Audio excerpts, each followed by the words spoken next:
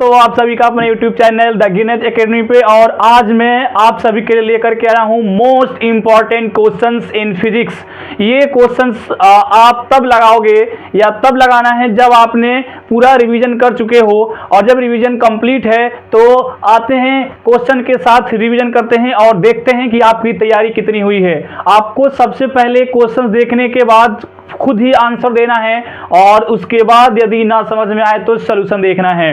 तो शुरुआत करते हैं आज के वीडियो के साथ, और उसमें मैं आपको कहना चाहूंगा, वक्त से लड़कर जो नसीब बदल दे, वक्त से लड़कर जो नसीब बदल दे, इंसान वही जो अपना तकदीर बदल दे। वक्त से लड़कर जो नसीब बदल दे, इंसान वही जो अपना तकदीर बदल दे। कल क्या होगा कभी मत सोचो, कल क्या होगा कभी मत सोचो, क्या पता कल वक्त खुद ही अपना तस्वीर बदल दे। हम देखते हैं अभी जो मैं पैटर्न लिया हूं, ये पैटर्न बिल्कुल सीबीएसई बोर्ड के अकॉर्डिंग है, जिसमें आप जनरल इंस्ट्रक्शन देख सकते हैं। फिजिक्स में जैसे कि सीबीएसई बोर्ड में 33 क्वेश्चंस अलाउड हैं, ये क्वेश्चंस आने वाले हैं 33 क्वेश्चंस। तो बिल्कुल 33 क्वेश्चंस आपके लिए मैं इस पीपीटी में लेकर के आया हूं, लेकिन मैं इसको एक प्लेलिस्ट तैयार करूंगा, उसमें 1 से 5 या 1 से 10 तक के क्वेश्चंस पहले होंगे, उसके बाद नेक्स्ट वीडियो में नेक्स्ट, क्योंकि आपको ज़्यादा ये ना लगे कि ज़्यादा टाइम टेकन वीडियो है, तो इसके लिए मैं इसको कई टर्म्स में बनाऊंगा। तो शुरुआत करते हैं सेक्शन ए से। सेक्शन ए में आप देख सकते हो कितना क्वेश्चन है, तो देयर आर 16 क्वेश्चंस हैं। किसमें? सेक्शन ए में 16 क्वेश्चंस में से 12 क्वेश्चन आपको एक एक नंबर के हैं, और 4 क्वेश्चन भी एक एक नंबर के हैं, लेकिन असर्शन रीजन वाले हैं। तो बिना देर किए शुरुआत करते हैं क्वेश्चन नंबर 1 से। चलिए भाई, तो क्वेश्चन नंबर 1 आया, आप सबसे पहले इसका आंसर देंगे। क्वेश्चन नंबर 1 देख सकते हैं, to provide the abundance of holes the impurity added should be. इसका मतलब आप समझ लो पहले कि ये कह रहा है कि प्रोवाइड अबंडेंस। अबंडेंस का मतलब होता है मेजोरिटी। मेजोरिटी का मतलब क्या होगा? प्रचुर मात्रा में ना। तो मेजोरिटी ऑफ होल, आप कौन सी इम्प्योरिटी मिलाने के बाद गेन कर सकते हो अबंडेंस ऑफ होल, मतलब मेजोरिटी ऑफ होल? तो ऑप्शन में है टेट्रावैलेंट, पेंटावैलेंट, ट्राईवैलेंट, मोनोवैलेंट। खुद बताओ क्या होगा भाई। इतना तो तुम पढ़े हो, बिल्कुल बेसिक क्वेश्चन सेमीकंडक्टर का, जिसमें आपको मेजॉरिटी चार्ज कैरियर्स होल्स होना चाहिए, उस टाइप का डोपिंग आपको यूज करना है। तो हम क्या यूज करेंगे? ट्राईवैलेंट। चलो इसी क्वेश्चंस पे हम समझ लेते हैं कि ट्राईवैलेंट, अगर ट्राईवैलेंट होगा तो हम इसे क्या बोलेंगे? ट्राईवैलेंट यदि इंप्योरिटी मिलाते हैं तो हम इसे बोलेंगे पी टाइप सेमी कंडक्टर, है ना? क्या बोलेंगे? पी टाइप सेमी कंडक्टर बोलेंगे।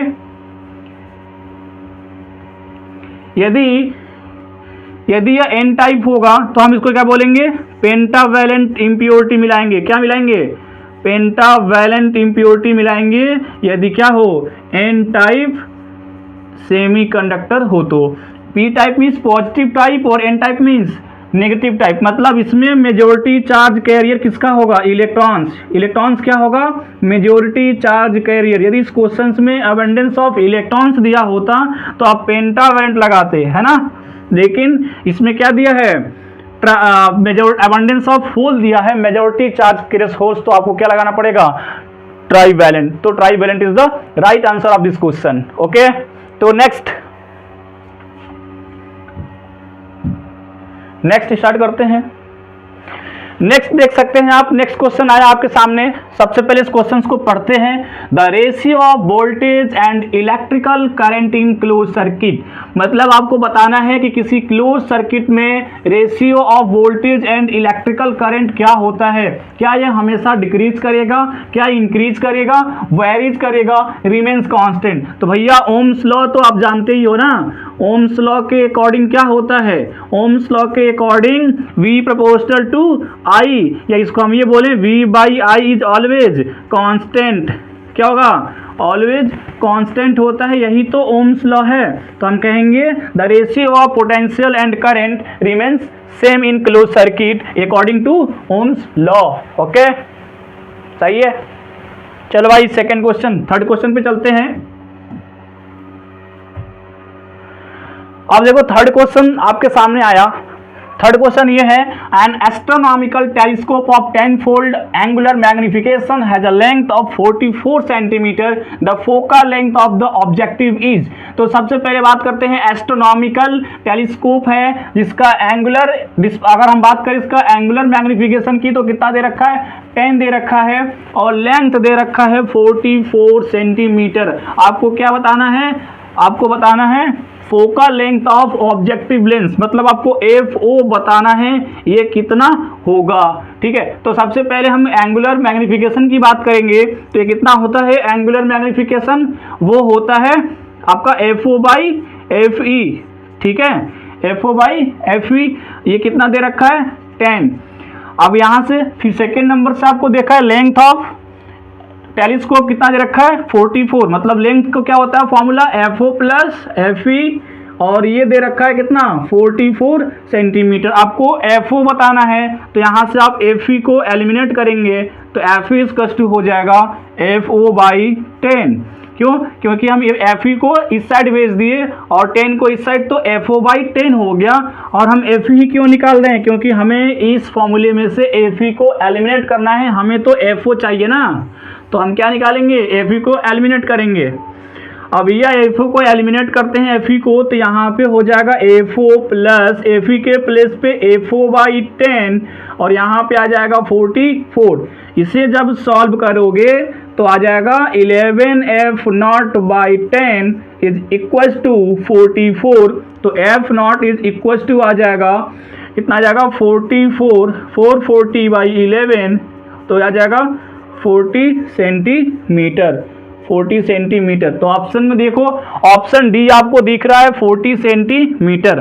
तो ये हुआ हमारा राइट आंसर किसका, the length objective focal length of, या focal objective focal length of telescope आया आपका 40 सेंटीमीटर। ठीक है, नेक्स्ट क्वेश्चन में देखते हैं चौथा क्वेश्चन का किस तरीके से करेंगे सॉल्यूशन, और ये आज आपके सामने फोर्थ क्वेश्चन, और फोर्थ क्वेश्चन है ये, a bar magnet of the pole strength 2 ampere meter is kept in magnetic field of induction 4 × 10⁻⁻5 Weber per meter square such that the axis of the magnet makes an angle 30 degree with the direction of the field if the couple acting on the magnet is found to be 80 × 10⁻7 Newton meter, then the distance between the poles of the magnet is। तो ये आपके पास question आया और इसके 4 option दिए गए हैं। तो सबसे पहले आप इस क्वेश्चन को सॉल्व करो, उसके बाद आप सॉल्यूशन को देखना कि किस तरीके से सॉल्यूशन होगा इसका। मैं स्टार्ट करता हूं सॉल्यूशन। एक एक चीज, सबसे पहले आपको क्या दे रखा है, पोल स्ट्रेंथ दे रखा है m, छोटा m दे रखा है कितना, 2 एम्पियर मीटर। ठीक है, उसके बाद दे रखा है magnetic field induction, vector B आपको दे रखा है कितना, 4 × 10⁻⁻5 वेबर पर metre square such that the axis of the magnet makes an angle 30 degree, आपको थीटा दे रखा है कितना, 30 डिग्री। ठीक है, उसके बाद दे रखा है with the direction of the field if the couple acting on the magnet is found to be 80 × 10⁻⁻7 newton metre. ध्यान देना, कपल एक्टिंग, जो फोर्स लग रहा है वो फोर्स कपल एक्टिंग का मतलब आपको टॉर्क दिया हुआ है, और टॉर्क कितना दे रखा है इसने, आप ये यूनिट से पकड़ सकते हो कि ये क्या है। तो 80 × 10⁻7 newton metre, then the distance, मतलब आपको L पता करना है इन बिटवीन 2 पोल्स, तो L निकालना है। अब कौन सा फॉर्मूला लगाओगे, तो टॉर्क दिया हुआ है और टॉर्क का फॉर्मूला हम जानते हैं, tau is equal to mb sin theta. लेकिन ध्यान देना, ये जो m होता है वो कैपिटल M होता है और देख क्या रखा है, स्मॉल m। अब यहीं पे आप क्या कर दोगे, कैपिटल M के जगह पे रख दोगे 2, जिससे कि आपका आंसर गलत हो जाएगा। अभी क्या करना है, कैपिटल M के जगह पे आपको क्या रखना है, स्मॉल m × L रखना है। फिर ध्यान देना, यदि आप m × 12 रखते हो तो 12 is nothing but it is also distance between 2 पोल, तो आपको 12 का आंसर निकालना होगा। अगर आप यहाँ पे 12 रख करके 2 को आप मल्टीप्लाई भी करते हो तो भी आपका आंसर गलत आ जाएगा। तो m इंटू एल लेना तो अच्छा रहेगा, क्योंकि ये एल क्या है, डिस्टेंस बिटवीन टू पोल। आप ये मान सकते हैं दो पोल हैं नॉर्थ और साउथ, तो इनके बीच का डिस्टेंस है l, तो आप 12 ले सकते हो, लेकिन आंसर आपको 12 में देना होगा, है ना। तो m into L B sine theta हो गया। अब आप रख सकते हो वैल्यू, टाउ के जगह पे आप क्या रखोगे, 80 इंटू 10 टू दी पावर -7, और यहाँ पे m के जगह पे 2 एम्पियर मीटर। l आपको निकालना है, b के प्लेस पे आप रख सकते हो, दिया है 4 इंटू 10 टू दी पावर -5, और b और साइन थीटा साइन 30 डिग्री 1/2। अब 2 से 2 कैंसिल हुआ तो फिर हो जाएगा आपके पास, ये बचा 4, इस साइड लाओगे तो ये हो जाएगा 20, क्योंकि 4 को 80 को 4 से डिवाइड करोगे, और यहाँ पे आ जाएगा 10 टू दी पावर -7, और यहाँ पे जब -5 को लाओगे तो +5 हो जाएगा, और इधर बचेगा l। तो ये कितना हो जाएगा, 20 into 10 to the power -2 metre, क्या है लेंथ आ गया। लेकिन अगर आप सेंटीमीटर में चेंज करोगे तो ये क्या हो जाएगा, सेंटीमीटर में चेंज करोगे तो 100 से मल्टीप्लाई करना होगा, तो ये आ जाएगा 20 सेंटीमीटर। तो ये आ गया आपका L 20 सेंटीमीटर, ठीक है। तो यदि आपका 20 सेंटीमीटर आया है, इसका मतलब कि आपने इस क्वेश्चन को सही से पढ़ा और आपने रिवीजन भी सही से किया है, ठीक है। नेक्स्ट,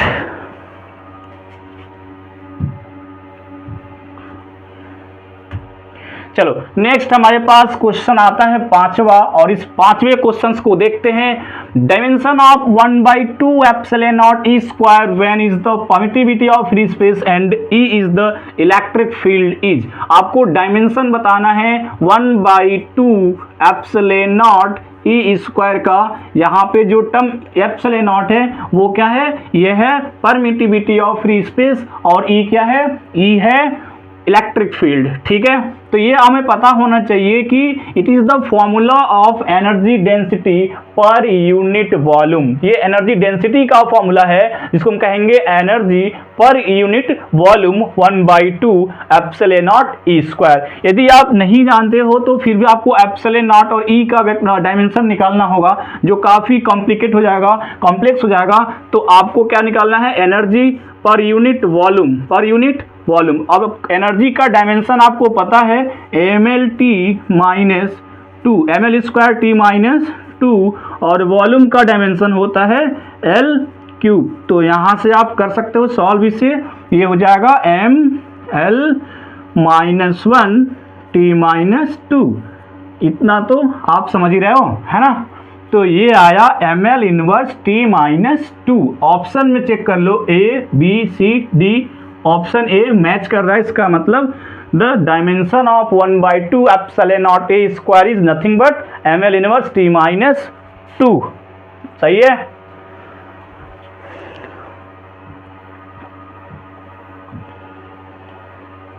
चलो छठे क्वेश्चन पे पहुंचते हैं, और ये आपके सामने छठा क्वेश्चन, पढ़ो इसको। The magnetic field of given length of wire for singleton coil at its center is B, then its value for 2 turns coil for the same wire। तो हम क्या करते हैं, हमें पता है magnetic field at the centre of coil ये कितना होता है, μ0 Ni डिवाइड बाई 2R। मतलब हम यहाँ से अगर मैं बात करूँ μ0 और I कांस्टेंट हो तो हम कह सकते हैं B directly proportional to N और B inversely proportional to 1/R। मतलब अगर मैं बात करूँ तो B1/B2, क्योंकि आप इस तरीके से सॉल्व करोगे, B1/B2 हो जाएगा N1/N2, और यहाँ पे इनवर्सली प्रोपोर्शनल है रेडियस का, तो यहाँ पे हो जाएगा R2/R1। अब देखो जब इसका सिंगल टर्न है तो R1 है कैपिटल R, जब ये डबल टर्न्स हो गया तो R2 हो जाएगा R/2, ठीक है। N1 कितना था, तो जब ये सिंगल टर्न था तो N1 1 होगा, जब डबल टर्न हो गया तो N2 2 हो गया। अब सिंपली यहाँ पे रखते हैं B1/B2, और N1 के प्लेस पे 1, N2 के प्लेस पे 2, R2 के प्लेस पे R/2 और R1 के प्लेस पे R। तो इस तरीके से सॉल्व करोगे तो B1/B2 आपका आ गया आर से आर कैंसिल हो गया, 1/4। तो अगर मैं B2 निकालूं तो B2 आ जाएगा 4B1, जो कि B दे रखा है। तो आप देख सकते हो 4 टाइम्स ऑफ B, कौन सा ऑप्शन सही है। एक मिनट चेक करते हैं। B1/B2, 2 2 जा 4, सही है। ऑप्शन में आपका B2 = 4B1 आना चाहिए, और ये ऑप्शन में कहीं 4B1 नहीं दे रहा है। 2B बार बार हो गया, आपको 4B लगाना पड़ेगा, और ऑप्शन कौन सही होगा? C सही होगा। ठीक है, गलत ऑप्शन शायद हो गया होगा, 4B ही आंसर आएगा इसका। अकॉर्डिंग टू क्वेश्चन देख सकते हैं 4B आएगा इसका, है ना।